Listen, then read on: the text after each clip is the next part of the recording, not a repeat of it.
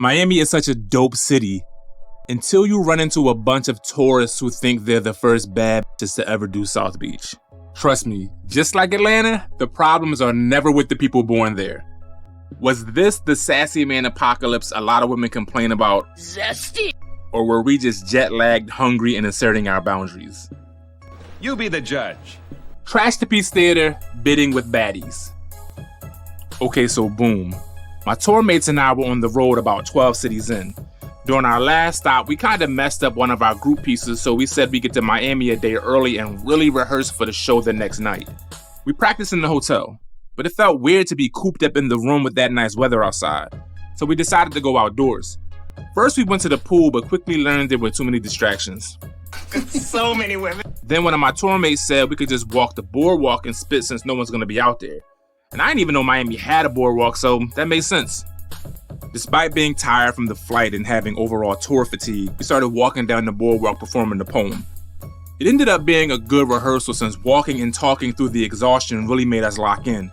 And like he said, no one was out there to distract us. Or so you thought. What y'all, like a group of wannabe rappers or something? You ain't never gonna make it looking like that. Now, I was really tired and not for the bullshit of dealing with these Jawns, so I didn't say anything, but they kept at it. We got 2 sold out shows tomorrow. We ain't even rappers, we're poets.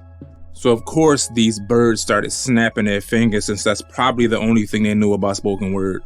God! God! God! And that wouldn't have irked me as much as it did, but I just wanted to nail this poem and get some food. Poets go on tour? Since when? And at that point, I kind of spaced out as my tour mates were patiently explaining to them who we were and what we did. All I heard was a bunch of Charlie Brown teacher voices in the background. When I tuned back in, I could see the conversation was a bit heated. From what I gathered, they must have asked for free tickets. We told you, the show was sold out. Ain't nobody wanna go to your little Barnes & Noble show? We got bad bitch activities to do anyway. Miami ain't ready. Period. If I was in my right mind, I probably just would have let that slide, but I was tired and hungry, so yeah, because Miami has never seen a flock of basic birds who flew into Fort Lauderdale on Spirit and argued over the cost of an Uber to get to their hotel just to stay 5 to a room. Miami is so not ready. And that shut them up for about 5 seconds. I retreated back into my brain. I'm not sure what their rebuttal was, but all I heard was light skin this and random I'll be sure joke that. But by that point, my tour mates were fed up too. Y'all look like a bunch of dining dashers. Y'all not even gonna be friends by the end of your vacation. Now, I don't have any proof, but I bet good money they dined and dashed at least once. Let's be real, y'all not even baddies in Chattanooga. I don't remember anything else about those women, but I do know they were from Chattanooga. Even if y'all were, a Chattanooga 8 is a Miami 3.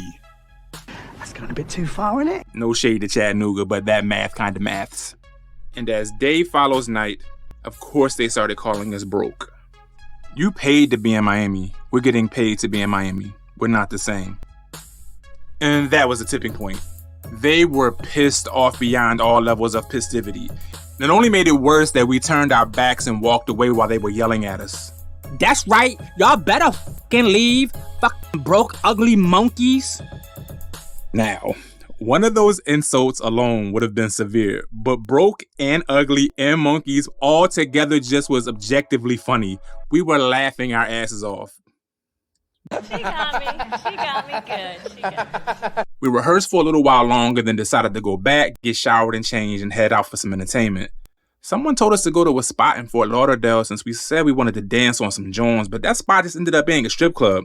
Walked in like, boom, titties. We wasn't prepared. But that's another story for another day. We didn't run into them Jawns again, but I bet money I know exactly how the rest of their trip went. Someone in the crew barely brought any money and expected the rest of them to pick up the tab for the entire trip. Someone else got super drunk and invited random dudes back to their room, much to the chagrin and boundaries of the rest of the group. Of course, one of the randoms stole some shit. 2 of them almost got into a fight over something stupid that split the group in half. Another tried to fight a gate agent at FLL and is now on the no-fly list. They got back to Tennessee and they mostly hate each other now, but are planning a trip to Tulum because basic birds gotta take pics in Tulum for whatever reason. It's a rite of passage or some shit, I guess. I have no way of knowing all of this for sure, but we all know this is exactly what happened. It's a Miami girls trip tradition. This is the way. Shout out to everyone who came to the show though the following night. It was a great time. And yeah, we flipped the poem again, but no one knew but us.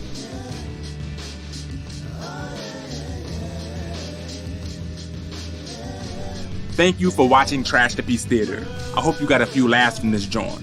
And if so, please help me out by hitting that subscribe button and dropping a like. It helps way more than you know. If you want to support the channel further, you can join the Patreon, become a member of the channel and receive bonus episodes, leave a super thanks, or just drop $1 or $10 in the Cash App. I'm grateful for any and all of the above.